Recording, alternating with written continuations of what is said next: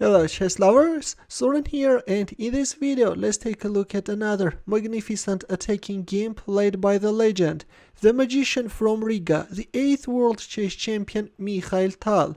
His opponent is Hungarian international master Janos Flesch, and the game was played in 1981 at Lvov International Chess Tournament.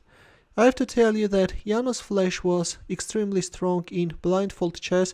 In 1960 in Budapest, he played against 52 opponents during blindfold simultaneous display. However, during the simul, he was consulting score sheets of the games. Anyways, that's also an impressive feat, and meanwhile, let's start with our game. So in this game, Tal was playing with the white pieces and he opened up with e4, to which Flesch responded with Caro-Kann defense c6, d4, d5, knight c3, d takes e4, knight takes e4, and knight d7.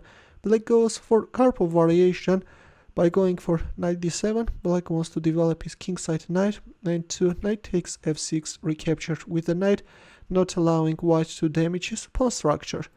Knight f6, knight f6. Of course, in here, white can capture on f6, but Tal decided to keep alive his queenside knight and put it on g3, e6.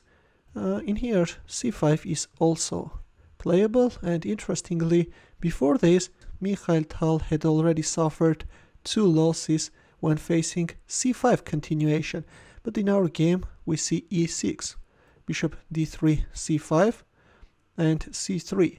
In 1964, against Vaisukov, Tal proceeded with castling kingside, but in our game we have c3, c takes d4, knight takes d4, bishop c5, and only now Tal castled kingside, allowing black to capture on d4, and in that case white is getting an isolated pawn. An alternative is bishop c2, but in our game we have castling kingside, and at the cost of giving up this strong dark squared bishop, black is making the c-pawn isolated on the d-file. Here black castled kingside, bishop g5, and h6. This is somewhat weakening black's kingside. Instead, black could break up the pin by playing queen a5, but in our game we have h6, bishop f4, knight b6, bishop c2, and knight b d5. Instead, it was better to think about the development of the queenside bishop, but in our game we have knight b d5. Right now the bishop is under attack. We have bishop e5, queen b6, and queen d3. White wants to make use of the vulnerability of this diagonal, and already black has to be very careful, because if you go for example, bishop d7, then bishop takes f6 will follow, and then knight h5, and black is in trouble. That's why, to white's queen d3, Janos Flesch answered with knight b4. He wants to get rid of white's light squared bishop. Queen d2, knight takes c2, and instead of playing queen takes c2, Tal went for an aggressive bishop takes f6 move. He's making things complicated, and he's sacrificing the rook on a1. Knight takes a1 followed. Well, as you may have already guessed, g takes f6 is not good, because after queen takes h5, black is losing. The threat is knight h5, queen g7 checkmate. If queen b5, then white can either play knight h5 or even knight e4, and yeah, the game is over. There it goes. White is winning. That's why in our game, after bishop takes f6, we have knight takes a1 and knight h5 attacking the pawn on g7. Of course, accepting the bishop sacrifice is not good. This steps into a checkmate in 2. That's why to knight h5 we have e5, a strong and accurate pawn sacrifice by Flesch. He wants to switch his queen into the defense, and also is opening up the light squared bishop's diagonal. Meanwhile, we have d takes e5 and g5, another strong move. Otherwise, if you want to go for g5, then what are you going to do with your g7 pawn? That's why g5 is on the board, to which Tal answered with e6. This time it's Tal who is going for a pawn sacrifice. Well, in this position it may seem that bishop takes g5 is strong, but this is something which is allowing black to repel white's attack.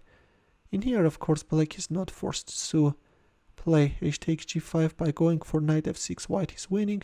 Black can play queen g6, and black is managing to defend. The players have equal chances, or black can even capture on d8, allowing queen d8 check, but this is better. That's why in our game after g5 we have e6. Here is the point of this pawn sacrifice. With this move already, white's dark squared bishop is becoming mobile. Tal can move it back, free this f6 squared for the knight, and also the bishop from behind can support white queen. Queen takes e6, black is keeping his queen near to his king, and a subtle move by Tal, h3. With this move he's preventing any possible queen g4 jumps, and later can also support the knight on h5 by going for g4. Queen f5, and finally Tal is munching the knight on a1 because already the knight wanted to escape. Bishop e6. On move 23, finally black is developing his queenside bishop. Meanwhile we have rook e1, queen g6, and g4, strengthening the knight on h5. Rook c8, bishop c3. There it goes. This time bishop c3 is on the board. Queen d4 can follow. Also, in some cases, knight f6 check can be a nice threat. Rook d8. Black is keeping white queen away from d4 squared. Queen e3 and rook d3. Queen e5. And understanding that it's high time to get rid of this powerful monster on c3, black gave back the exchange. Rook takes c3, b takes c3, and king h7, which is a mistake and is losing. So far so good. Black was managing to withstand white's attack, but under the pressure Janos Flesch finally makes a mistake by playing king h7. Instead it was better to play bishop c4 and then put the rook on d6, strengthening the 6th rank, not allowing any knight f6 checks. In here knight f6 check is not dangerous. Black can answer with king g7, and yeah, black is holding. If here, then here.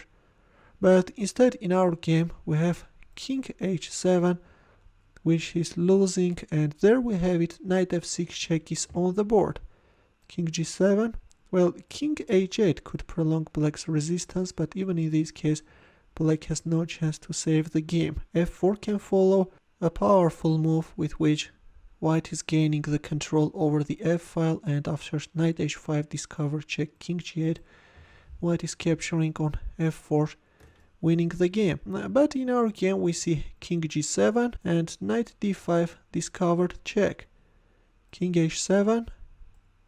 Well, if king f8, then queen b8 check will follow, and then knight e7, and again black has no chance to save the position. If bishop takes f5, then g takes f5, and again this is a totally winning position. Look at this miserable black queen and defenseless king. So after knight d5 discovered check we have king h7, and after knight e7 we have a resignation. Right now the queen on g7 is hanging. If you play a move like king g7, then you are making your b1 h7 diagonal vulnerable, and after queen e4 check white is winning black rook. That's why after knight e7 resignation followed. So the final knight maneuver was beautiful. Let's take a look at it once again. So in here black gave up the exchange and then made that catastrophic move king h7, and there it goes. The knight jumped into the attack, and with a beautiful knight maneuver Tal forced a resignation. This is what happens when you are facing the magician from Riga. For some time you can hold, but then finally your nerves can crack under the pressure and you are making a mistake, losing the game. In the end, a chess puzzle for you where the task is to find the winning line for white. It's white to move, and I will wait for your answer in the comment section. In the end, feel free to check out the playlist of Mikhail Tal's games, and I will see you in my next video. Take care.